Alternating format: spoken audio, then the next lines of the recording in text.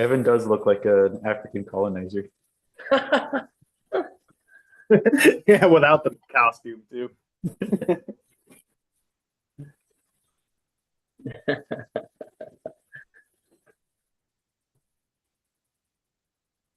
Nah. Call it like someone colonizing Africa, or are you saying he's a colonizer from Africa? No, he's a German colonizing. Hmm. He's an Italian pretending to be a German who's gonna colonize Africa. So that okay, I see. Yes, there's many layers to it. It's very Kind of like the idea of an African colonizer being a colonizer from Africa. It's like we're taking it back. Yeah. African two nations. colonizer colonizing Africa. or what about like an African American trying to colonize Africa?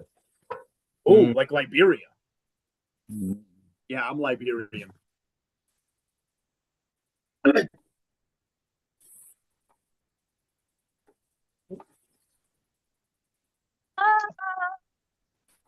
So Oh, how's it going? Good. How are you? Can you hear me okay? Yeah, I can hear you. Awesome. Good timing. I just went live. We're live right now. I'm just. Hello, YouTube. What'd you say? Said hello, YouTube. Yeah. Yeah. So welcome everyone to the 44th consecutive monthly book club. Wow. We are Or yeah. No, that's it's episode amazing. 44. And as you all know, we are closing up the Vor series with the Cloven. This was recommended to us by the Purple Witch herself, Miss Anastasia Elliot. Thanks for being here. Yeah. Yeah, and you have a new song and video out, which I could be better. Everyone Yes, should I stream do. that. Everyone go stream that after you're done with this. Actually, just stop watching right now and then go stream that, and then come back. Then come back. Yeah. But yeah, and then also to my right we have David Pena, Knife Back on Instagram, and we also have Evan Carpenter of Behind the Curtain. Who is currently cosplaying. Yeah, yeah, that's right. I'm one of the Evans. Yeah, one of the Evans. Yeah, African colonizer Evan Carpenter. No one said that. Yeah, so we have been. If you're just tuning in and haven't seen the other two episodes we did on this, I recommend going back and listening to those because this is the end of a trilogy by Brian Catling. This is the weirdest book series I have ever read, hands down. It is so bizarre and novel, and this guy's just full of really interesting ideas. There's nothing else really like it. Yeah, I totally agree. And we've talked about this on other episodes where we talked about the Vor, but you knew Brian before he died. Rest in peace. How did you get introduced to this series? I was in New York in some random bookstore. It was like one of those magical little used bookstores, and I just loved the cover of it. And I bought the first one and just was absolutely obsessed with it. And the next two hadn't come out yet. And he was a professor at Oxford. And I like started, it was just one of those books that I wanted to know more about the author and like figure out if I could go to a book talk or like I just wanted to know more about his world, and saw that he was coming to Austin for a book talk, which he apparently very rarely did. And so I flew to Austin to go meet him, which I just had never done anything like that, but I just had to meet him. And I was expecting to get there and there was going to be so many people and like a line and everything. And there was like me and like 6 other people, which was such a tragedy to me. But I'm like jumping out of my skin, excited to meet him, like fangirling hard. And I went up to him and I was talking to him and he was like, "Oh my God, I've never had a fangirl before." And he just thought it was so funny because he was like in his 70s and he had a stutter and he was just like this old man. And I just thought he was the coolest person ever. And so we became pen pals. And I'd sent him a bunch of my music and he mailed me like a box of every book he'd ever written. And we just started sending art back and forth. And then he was working on a piece that was inspired by one of the songs on my album.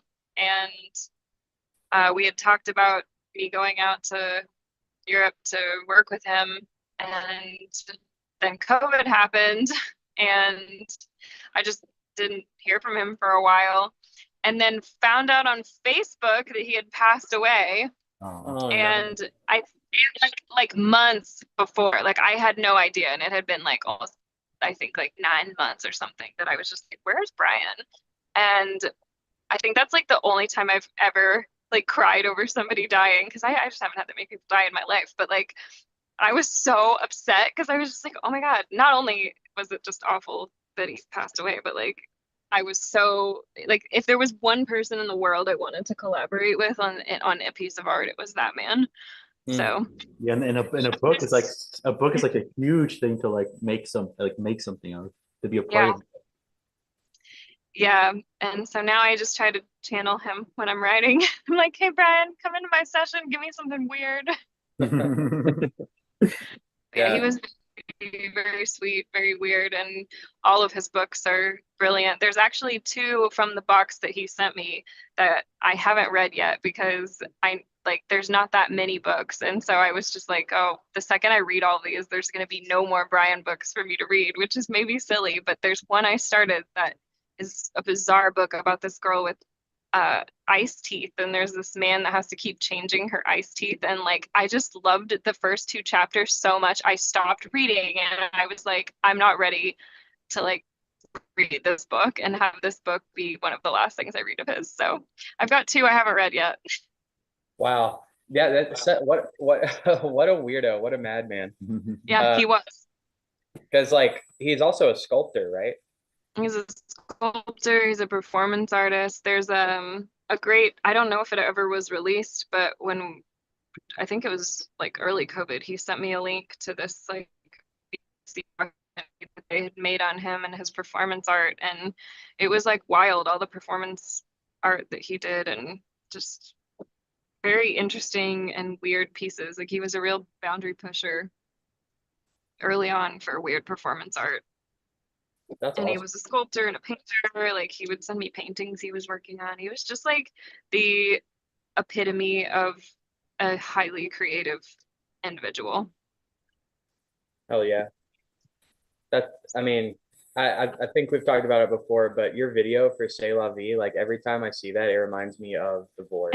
It reminds me of like one of the Williams and what was what's her name in the first book? Marina Pesta. Yeah. Mm-hmm. Yeah. Yeah, we were just talking about like I feel like he fit all of these different ideas in this series. Like And it's I like love how he'll like visit certain people and certain plots, and then like sometimes they never come back, but they were just like this little window into something, and then he just continues. And the mixture of actual history and complete fantasy and myth. yeah. Yeah, the way yeah. The fact that it's like a real world setting, but like definitely it's not even like just fiction, it's like high fantasy, but in like a real world setting, that is really cool. And it's like you're saying, yeah, it's like there are all these weird ideas and not all of them go anywhere. So it's just like just a peek into this world from all these different perspectives. And it really like keeps you on your toes. Like I remember like going into the second book, I'm like, okay, maybe I'll get some clarity on things that were presented in the first book. And it's like, no, here's some more weird ideas. Yeah. And then like third book is like, okay, well, maybe we'll get some closure on the weird ideas. And you do, like you get like some resolution to a lot of those plot lines. Yeah, like everybody has their own little piece at the end Yeah. where everything's tied up, but they're still like, even though it's tied up, there's still kind of like this ambiguity to it or whatever. It's not like 100% like settled. Yeah. Yeah. I definitely like, I still don't, I'm still confused about some things, you know, but they did like wrap up like, the whole thing about the one erstwhile, what's Nicholas? Nicholas and Hector probably had the best like closure to their. Yeah. I love Nicholas so much. He made me laugh so much. Yeah, I'd say that's one of the best characters. I like that he in the second book when he's like he was either speaking or writing things into existence. Like like his words took life. And he's like, oh, that's why he was like meditating beneath the waterfall. He had like a mind palace kind of thing going on. Yeah. Yeah. There's so many I like don't think that he like there were certain because the Cloven was the book that I would have gone to hear his book talk about, and I asked him a lot of questions about different things, and I don't even think he knew a lot of the time. Like it wasn't like he just had like I don't think certain things are intentional. I think he was just like, that's what it is. yeah. That's just how it came out. Yeah. I remember you saying something similar on the first episode of this we did that like he would have enjoyed listening to a conversation like this because it would have like we could explain things to him about Yeah. his book. I think that's cool. Mm-hmm. Yeah. It definitely feels like he was just going with the flow, like channeling Yeah. kind of thing. Yeah. I think that's one thing that is in like a couple of his books too, is like it seems like every book that has kind of like a genius character who's like a creative that sort of just has access to this like insane knowledge that he can't quite understand, but is just immersed in that world too. Like you know, like in the first book you had like Muybridge with the what's it called? Like the photo stuff, and then you've got like Schumann in the next couple. Yeah, I feel like maybe I don't know. I'm just theorizing, but it definitely feels like he could have been drawn for some kind of personal experience with that too. Absolutely, that's interesting. Yeah. Yeah, probably calling upon like I don't know, like each one of those ideas could have been its own book, but there's so many different weird things going on in this series that it's like, how do you fit all of these different ideas into one thing? And like they're not really like you have ghosts. Ghosts are a thing. Basically angels. The kin are almost like Yeah. Golem. Yeah. Yeah, the kin actually, I was talking to Lazy about this earlier. The kin remind me, have you ever read His Dark Materials? Mm-mm. They're these like elephants that have like ball bearings for feet. And I don't know. But the kin kind of remind me of those things. It's like automata, but it's not of human origin. It's like they're artificial, but they're not made by people. So it doesn't look like any technology that we have. Yeah. Yeah. Yeah. So many weird things.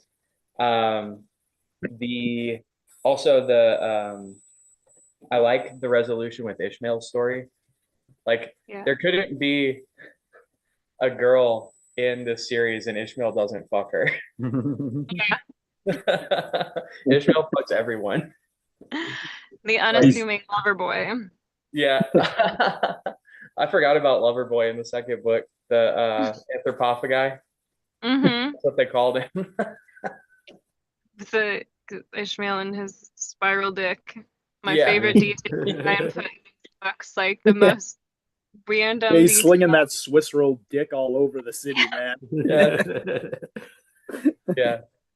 And then like they like fuse into one thing. And yeah, that was cool.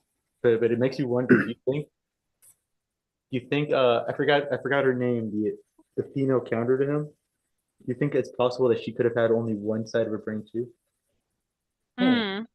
Because Ishmael was stated that he only has like one brain, like Yeah, it's one hemisphere. one Yeah. hemisphere. And what if like that's what he was missing? He was missing the other side. Oh, that's cool. So they're like two halves of the same person kind of thing. Yeah. Yeah, maybe. And like him attempting to like create two eyes or do all this other stuff was him almost like going against what his true destiny, which is like, no, your destiny is to combine with someone else, not to be your own like human or whatever. Yeah. Interesting. Do y'all have favorite characters now that we've like completed the series? Who's everyone's favorite character over the course of the whole thing? I mean, I would say I don't like this one for his actions, but I love like Sidrus's story. He just Yeah. can't catch a fucking break, dude. Oh yeah. Yeah, he got royally fucked. Yeah, he deserves it. He had it coming. But He yeah, thought he Yeah. won in the that was second awesome. one though. He thought he won in the second one. He almost had it.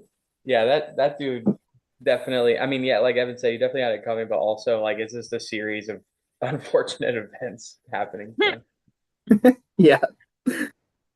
I like I What about love you guys? I love Nicholas. I really loved Yeah. Earthworld when he came in. I just thought it was such a different tone for a character. Like he just was funny. But I think Ishmael's pretty awesome. I love his whole journey and character arc is cool. I think it was cool to see like Nicholas in contrast with the other erstwhile that you meet in this Yeah. one too. Like there's one that's just like like kind of like a monster almost, you know, and it's so clear that like Nicholas has kind of become part, like, you know, been so influenced by the humans around him, but that other creature just wasn't at all, you know. Yeah. It was cool to see him in contrast with that. Yeah. I like the racist old Jewish lady. I thought she was super cool. Oh yeah, once screaming about the goys. So one screaming about the goy moving in downstairs and how they're making a racket. That was pretty great. That was a pretty good one. No, but like for real though, I like Nebsuel, the witch doctor guy. Oh yeah, Yeah. he's cool. Yeah. And Mutter, Mm-hmm. backwards hands, like that's another weird idea that's like just very like Yeah, just add it. that just lives in my mind now. Like him getting Yeah. kidnapped and brought back, but his hands were taken off and sewed on backwards. Like that's I mean, his Yeah, whole as much as I family grew up- liked No, go on. ahead, sorry. No, you go on, buddy. Oh no, I was gonna say, like, as much as I liked hearing about like all of like Sidrus just getting cosmically butt fucked, I really liked the Mutter's daughter, Meta Mutter. Yeah. Like she was a character that was like tough, like she got shit done. She, like, you know, she didn't have it easy in that second book, but it feels like she really kind of rose to the occasion in this one too. So I like that a lot. yeah. Yeah. She kind of like she becomes more of a prominent character in like the third book, and I did like her plot line. That whole family kind of like it's like they kind of like had it rough for a while, and then it's like I mean and like half of them are dead, but like it does kind of like they what did she end up doing at the end? No, I mean she pretty much just everybody else died, and she pretty much raised the daughter. It was just Okay, her and the yeah. daughter, because everybody else, Rowena. yeah, it was her and Rowena at the very end. The mother died, and she's like, "Oh, the guy you like, oh, you have to go into the forest to find out what happened, or to the kin or whatever." Then he went missing, Right. Yeah. and so pretty much they were like the only ones left of the household. Everybody else is like either died or Yeah. disappeared, or which is Yeah. kind of sad. But Oh, the stuff with Serena in the third book was cool too. Oh yeah. The flashback when she was a little kid and like is under hypnosis. I thought that sequence was like that was actually kind of scary. Like when she sees like the figure beneath the tree and it's like getting closer to her. That was really cool. Mhm. Yeah, and that was they brought it up earlier. Like that was another one of those like real life characters that worked their way in. Like Jean Marais. I think like he was like a real dude. He was an actual natural. Yeah. Oh, really? Mm-hmm. Was that the it was like her poet friend, right? okay. Yeah, that was almost like her mentor, like kind of the older guy. He kind Yeah. of like gives that crown later on too. But yeah, no, he really existed. He was a South African naturalist, and he did die by his own hand too. That was real as well. Okay, cool. I didn't realize that was a real person. Hmm. Nice. That's so cool. I also really like how in this book the forest becomes like even more of a character with like it just becomes a lot more like active and fighting back against the like, you know, railway and everything that's, you know, trying to come into it. It's just I think it's a really cool position to put the nature versus the humans in. Yeah, the Vor kind of wins in the end. Like It it does. basically takes over Essenwald at the end Yeah. there, right? Yeah, and Yeah. I think it's cool because it's just I think it's just kind of like a comment on how like vast and untouchable nat and harsh and brutal nature can really be, and that humans are not really any match for it. Yeah. There's multiple things that he does in the series, like different things involving photography. Like there's that one machine I can't remember the name of, but also remember in the first book, what is it? What's that guy's name? Singali. Mm, Um, Bengali. yeah, in the first book, he finds a photo of his grandfather and gets really upset about it because he's like his soul is trapped in that photo, and like that to me was like never really clear whether he was being superstitious or if like there's something to that in that world. And I thought that was a cool idea, but like he does, um Catling seems to have like a it seems like to me at least it seems like he's passionate about photography because he has Yeah, multiple um like different things going on with pictures. Mhm. Yeah. And so well, now I'm thinking about it too. So much of those scenes are just like they're just a snapshot of like he's just like I have this scene in my head and like creates the scene, and then like it doesn't have to go anywhere because the point of it was just to paint that picture, right? Uh, mm-hmm. yeah. I think your favorite character is Ishmael, right? Yeah, Ishmael. Yeah.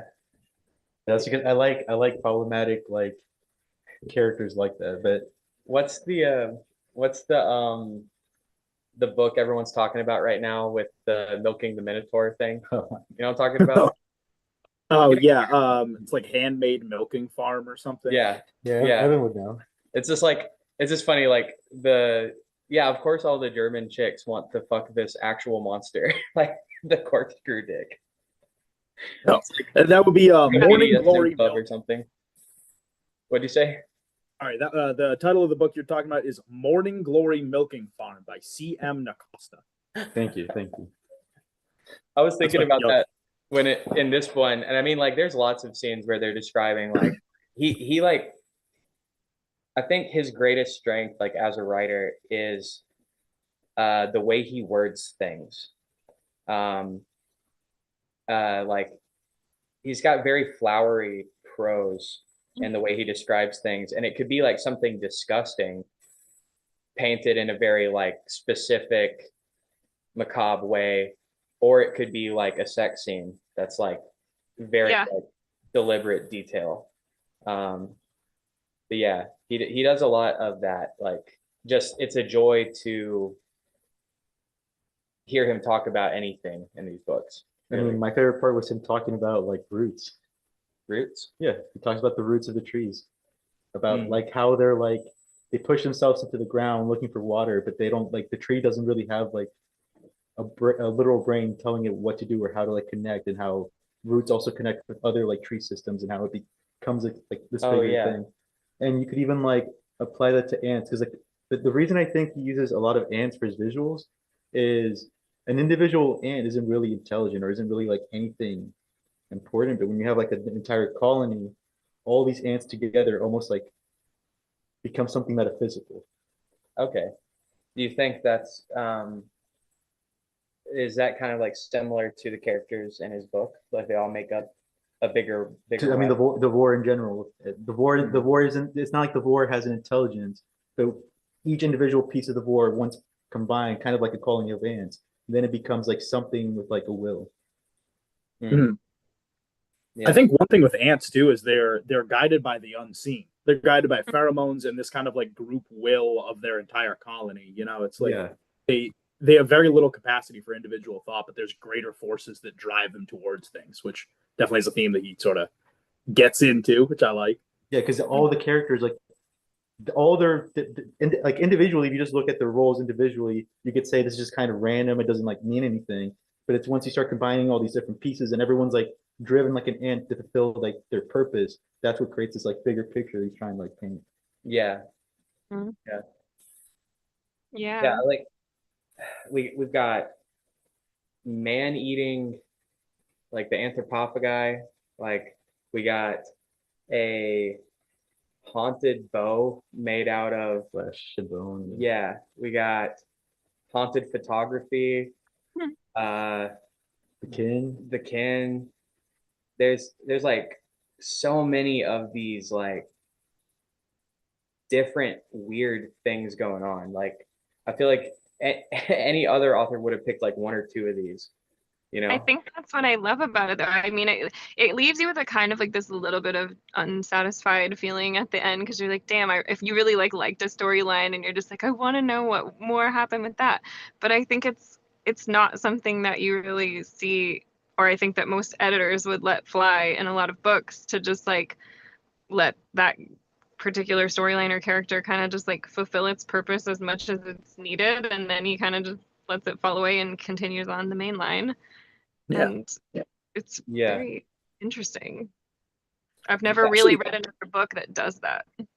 No, I totally agree. It's like, yeah, it feels to me just like a sandbox with a bunch of like different things happening in it. And he could have like kept going forever with something like this too. Yeah. Hmm. I wish so badly it would be a television show, but I don't know how they'd ever do it. It costs a fortune. Yeah. Yeah. It was It also- going, but I don't know. I guess not anymore. Dang, that's Yeah. sad. It would be tough because to adapt it to a television show, I get the feeling that they would try to cut out some of those Yeah. little cool Yeah. intricacies. You know, I don't think they could pull it off. No, I don't either. Somebody that is obsessed with the book would have to do it. Yeah. Maybe someday I'll get to do it. Yeah, you should make it. Okay, so I'm glad you guys brought up like kind of this idea of like, you know, different kind of crazy, odd things that don't really get an adequate explanation. One thing I wanted to ask you guys about is like the automata in this book series. You know, like in the second one, there were kind of these like spirits that had like gears inside them and stuff. And then this third one, you had like that sort of like that reanimated fossil of the Archaeopteryx and stuff. I want to know what you guys thought about that. Like, do you think it relates to the kin at all, or is that kind of like its own thing? It doesn't seem quite related to the Vor or the Seraphs either. You know, what do you guys think?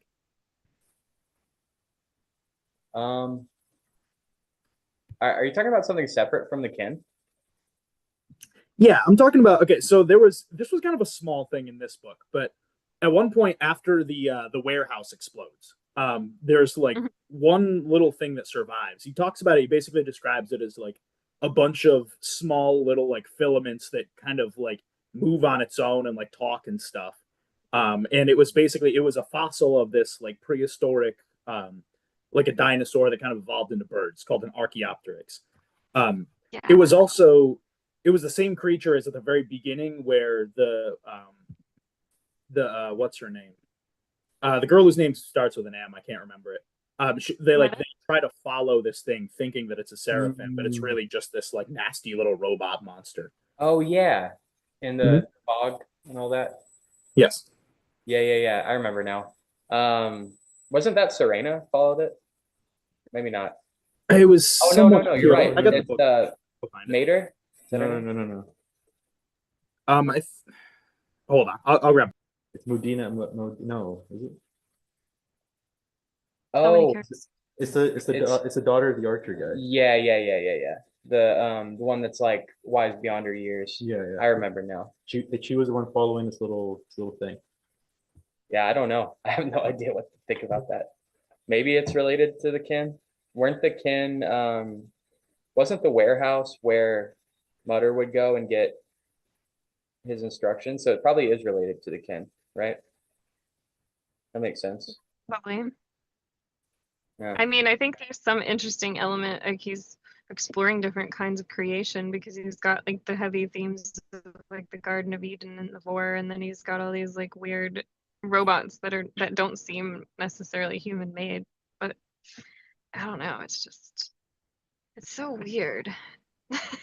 Yeah. The robots are very unsettling. Like all Yeah, of they are. yeah. I think in one of the books, it may not have been this one. I think they even state that the kin were made by the erstwhile. I think. By the angels. Yeah. Interesting. Robots made by angels. Fallen. Yeah. What a weird idea. Also, I do love that the towards the end we get like Nicholas tells us that God didn't like necessarily even really abandon them. It's that he has a plan still, and it involves Ishmael and the other chick. But like it kind of like that was weird to me because it's like he admits Nicholas says that Adam was a mistake, but like basically they're gonna do the same thing again. Yeah, it's almost like they want to reset. Well, Yeah. Well, the way I perceive it, and I might be wrong, that Adam and Eve, like the very first Adam and Eve, created humanity. But they're almost saying humanity is a mistake. Hmm. And now they're gonna do like almost a reverse Adam and Eve, and it's gonna lead to like the destruction of humanity, and it's gonna give it back to like nature. Okay. I got you. Like I don't know if you noticed something interesting, but he finds like I think in the book they actually find the tree of like the tree of The knowledge, tree of knowledge. but Yeah. it's like inverted. Oh, okay. And that's the thing, like, because it's from the trunk down or whatever. Right, because it's just a stump, right? Like Yeah. it fell. But it's when when he reaches this is when he like actually does his like transformation into this being or whatever. Yeah. And then in the very end, when it's Nicholas and Hector is like, I'm so grateful that you chose me to help you, my friend, or whatever. I'm so happy that I get to save humanity. And then he goes into the water. And then Nicholas says, but my friend, it was never about the rumors, which is their word for human. It was never for the humans, or at least it was never meant for them. Yeah. It's like saving the world actually ends ending the world or ending humanity, basically. Like maybe we were never supposed to have that knowledge or power because we created an imbalance of us and nature. The original Garden of Eden was like a balance between humanity and nature. And then by gaining that knowledge, we created this imbalance where we're like destroying and taking and like. Yeah. I mean, that's just like very true, right? Yeah. And actually, like that kind of speaks to the setting. Like where, what is it, the 1930s? Yeah, literally right before German, like World War II, and like Yeah. all this horrible stuff that humans are literally about to do. Yeah. Yeah. So, that'd be funny if it's like them doing that, it leads to the events of World War II or something. Well, the Nazis are in book 3. Yeah. Yeah. Shelling the forest.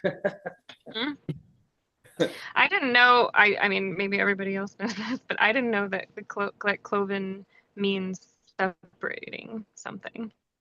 Clovening something means to separate something. And I thought that was a really interesting theme because a lot of this book has like the separation between like humanity and the forests and like just like I don't know, I think that's like a strong theme in the whole book. That's cool. That makes sense I because didn't know that. Yeah, sorry, I'm looking at it's division or being clovening is to split. So like all the like the body mutilation and like the forced revenge against like the Nazi in like stuff in Africa. It's all like the separation of things. yeah. Okay. That makes sense because anytime like the only context I know that word is like cloven hooves. And I guess that makes sense because it's a split hoof. Oh, So, right. Yeah. That's cool. I didn't know that. Yeah, I didn't know that either until today when I was just like looking up random stuff about the book and I was like, oh, I never knew that meant that. Yeah.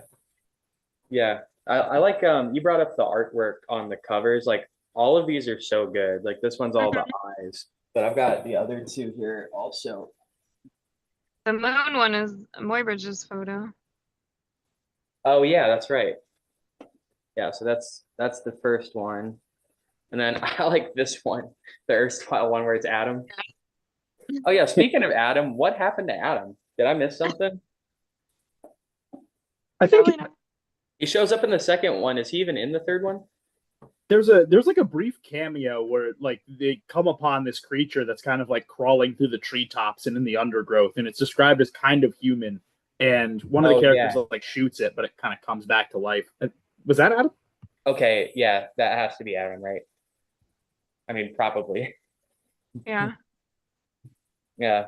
Do we ever get a context of like what's up with the anthropophagi? Because they're there, but like, why are they there? What are they? Yeah. I Doing think their it's thing.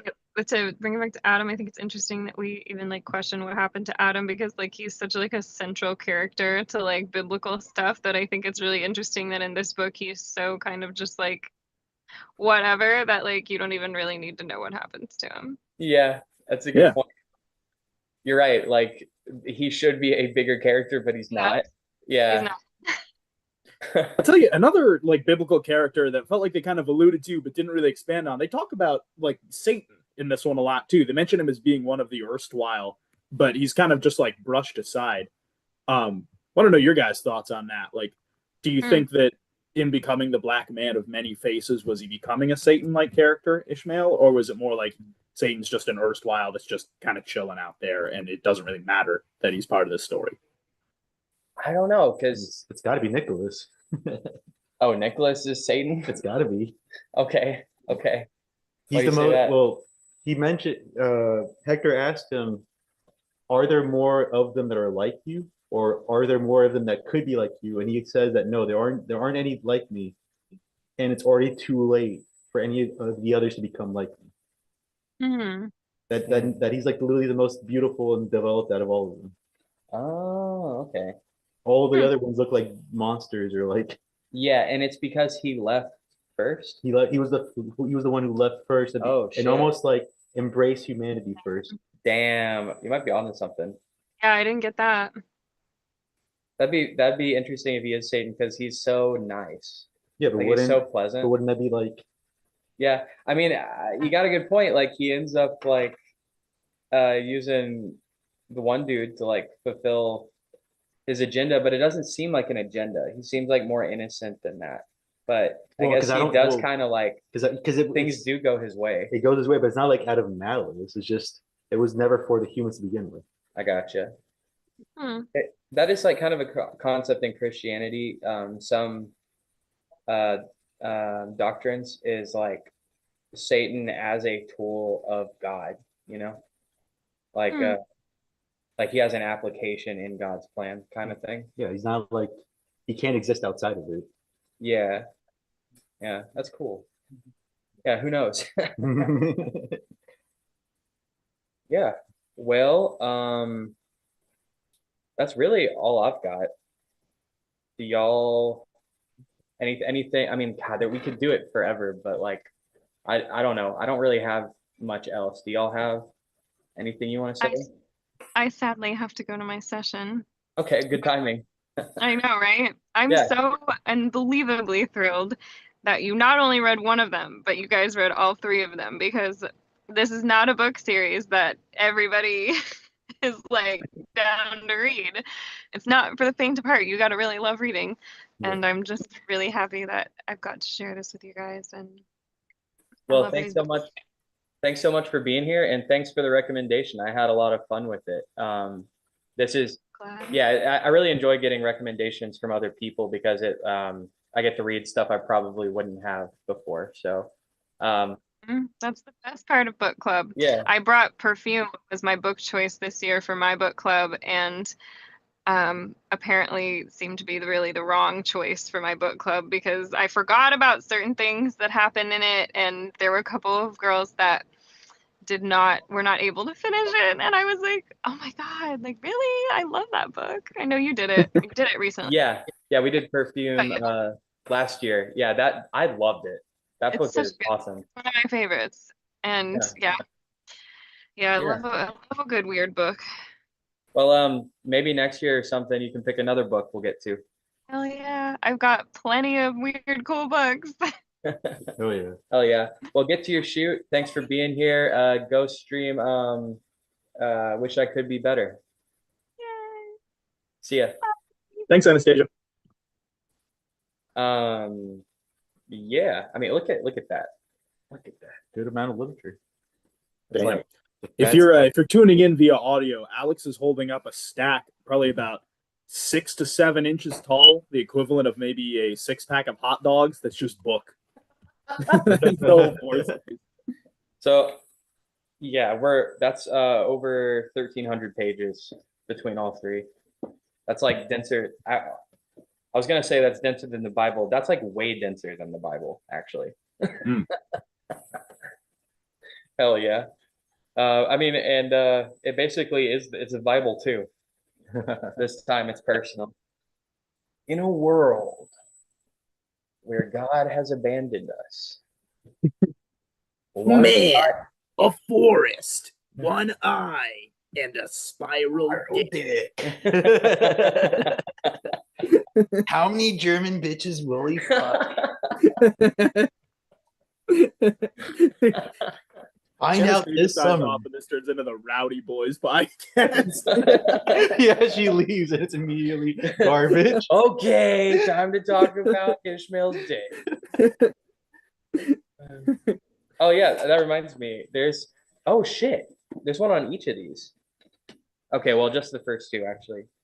But Alan Moore wrote the foreword for. Actually, no, it's not a foreword. It's just on the copy on the cover of the Vort. It says easily the current century's first landmark work of fantasy by Alan Moore. And then this one just says staggering, a feverish epic, Alan Moore.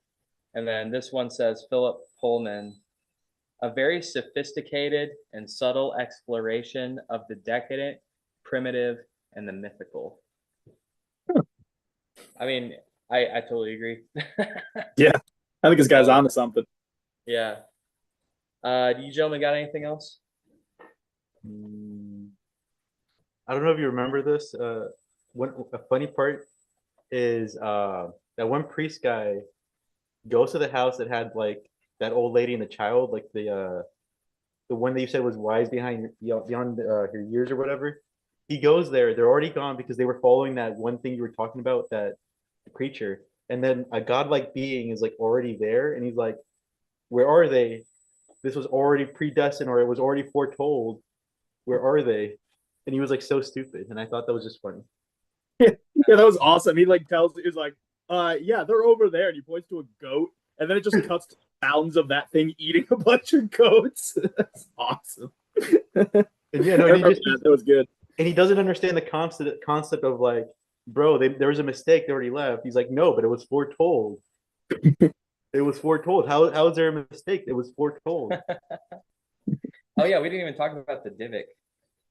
The Divik that the one dude finds in the basement. That was cool as fuck. Yeah, I like that. That was pretty creepy. The way he like sees eyes in the darkness and then realizes they're not connected to anything. They're just floating there. And then every time he blinks, they get closer. And then he like knows they're behind him and he can feel its eyes on him.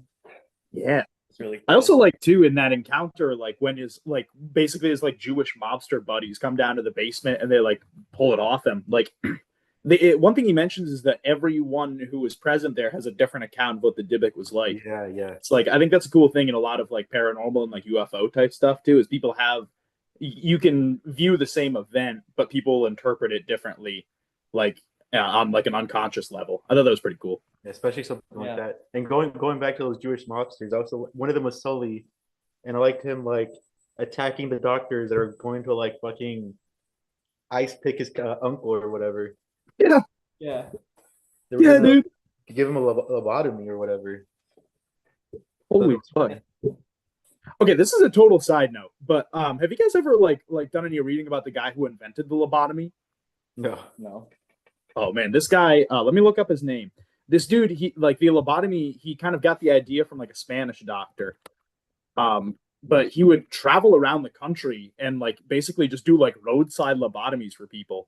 Yeah, this guy Walter Freeman. He would just travel and he'd be like, "Hey, bring your dissatisfied wives out to the town square, and I'll lobotomize them." And he drove around in a car that no joke, he called it the lobotomobile. Oh my god. Oh my god. Is your wife misbehaving? Come on down the Walters Lobotomobile. Coming to a town near you. Yeah, no, honestly, just like one more thing that we didn't really get into, I just wanted to like ask you guys about. Do you think that there was any bit of like a Christ narrative for any of these characters? Because I mean, like Sidrus gets turned into like kind of an icon where he's basically crucified and they carry him through the vor and stuff. But it also kind of felt like Nicholas and Schumann sort of sacrificed themselves for the greater good too. Do you think that was something that Catling was going for in this book, or do you think it was just kind of not there? I don't know. I would say yes, but it would be in the way I kind of described earlier. It's like there's no single character. It's all these sacrifices, him becoming like even the bow itself, like the bow being made from these characters, given to Ishmael, and then Ishmael combining with that one girl, like all, and then not only that, Ishmael also drinking the fluid of the kin, like all these different components combined to become this Christ-like figure. But there's no one individual. Like the most you could say maybe Ishmael because he's like the bigger component to it all. Mm-hmm. But still, it takes like all these different people to make it. Speaking of Ishmael, I don't understand. Oh yeah, I do. It did explain that. He survived the getting executed because it wasn't him. Yeah, he was switched out by someone else, by your favorite doctor. Yeah. Yeah, dude. But what? Okay, what does this contraption look like to y'all? This is more of a second book question.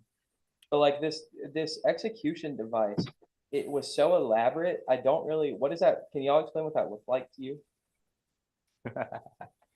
Oh, do you guys ever? Okay, have you guys ever been on Facebook and you see like AI videos of like an African kid and he's like, "Oh, I made this out of wood." Yeah. It's like an AI image that's like clearly fake. Yeah, and it's like this kid clearly did not make. And then it's a bunch of boomers like, "Wow, that's amazing, beautiful." That's what it looked like. Nice clock. You want to White House? like something that would never like look like because it's like impossible, but somehow these people were able to do it because it's this mythical like setting or whatever. But it's like, I don't understand. Like, why was it not just a guillotine? I guess is my question. Because that's not. Why is it such an elaborate? Because that's not the picture he wanted to paint out. Okay, but I mean, is there like an in-story explanation? No, it's just not the picture he wanted to paint. That's just how they execute people. Yep. Because I don't know if there's a spiritual significance. I think that Catling just really, really likes automata. Like I think that he loves a complex machine. Yeah. And that's just kind of what I imagine it as. Is like this huge, cool. like intricately designed thing where it's like it's a bunch of different moving parts, and also like if you remember in the second book too, the way that the actual guillotine triggers is like a gust of wind hits one leaf, and that kind of becomes a chain reaction that eventually makes the blade fall. So I think like mechanically it's incredibly complex, but it sort of absolves the executioner of their guilt. It's more like it turns it over to nature and I guess the vor itself. Okay, that makes sense. So yeah, because I remember it was like no one really knew. People would go to the execution to witness it, but they'd be there for hours because it wasn't really clear when it was going to trigger. Because there's not a guy holding a rope and like doing it. Yeah, it's like left in the hands of God or something. Yeah. Yeah. It's pretty cool. That is cool. All right, here's just a side question. Do you guys think that you could have been a medieval executioner? Do you think that you could, or like pull the rope for the guillotine? Do you think you could do it? Yeah. I think that's like a desperation question. Like, how badly do I need the job? I mean, imagine like I don't think it's either that or you have to become a farmhand. I'd rather do that than be a farmhand. I mean, I think that's Fair enough. Yeah, it's like less labor intensive, right? You just gotta swing the blade. Yeah. You're not like tilling the farm all day. Yeah, I mean, the biggest negative is just like the social aspect of it, people wanting revenge, but that's why they wear like, they cover their faces and stuff to avoid that. Yeah. You basically just work 2 15-minute shifts a year. You're good to go. Hard to turn down. Well, when you say it like that, fuck yeah, I would definitely be an executioner. Yeah, what about you, huh? I don't know if I would hopefully have some other kind of alternative. I would prefer to be an apprentice or something, but if it was that or being like a stable boy and I was born in medieval England, I feel like I could do it. Evan would be a knight, and I would be his squire that cleans his suit when he shits himself. When he shits himself. Squire boy. I'd be like a little yes, master. Let me clean. Like I'd be excited about it. Like get off of me. Like let me clean it. I haven't shitted myself yet. You make sure you feed him extra porridge or whatever they eat. Just shoveling fiber into his mouth while he's asleep. Get off the horse, sire. You're shitting yourself. Not yet. Not yet. Take off your armor now. Demetrius. Go to the commode.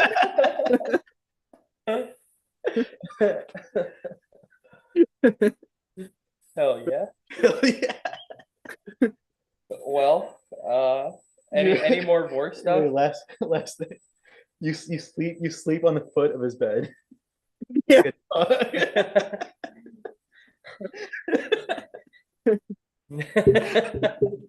Just laughing at his feet. Yeah. So I has to make sure his feet are underneath the blanket, otherwise I'll lick his toes.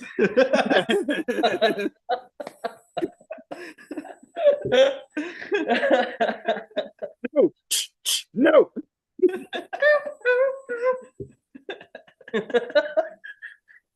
We're so stupid. Okay, enough. Enough. We're not even talking about the book anymore. We're not. Let's just finish this. To Brian Catley, that was a very interesting series. Hell yeah. Yeah, I had a great time reading these. Just to bring it full circle, these were fucking awesome. Yeah, great books. Yeah. So we were talking about Alan Moore and how he did the foreword for these earlier, Nice segue. which is interesting because we didn't plan this, but next month we're reading V for Vendetta, recommended by Cheyenne of Pullover Media.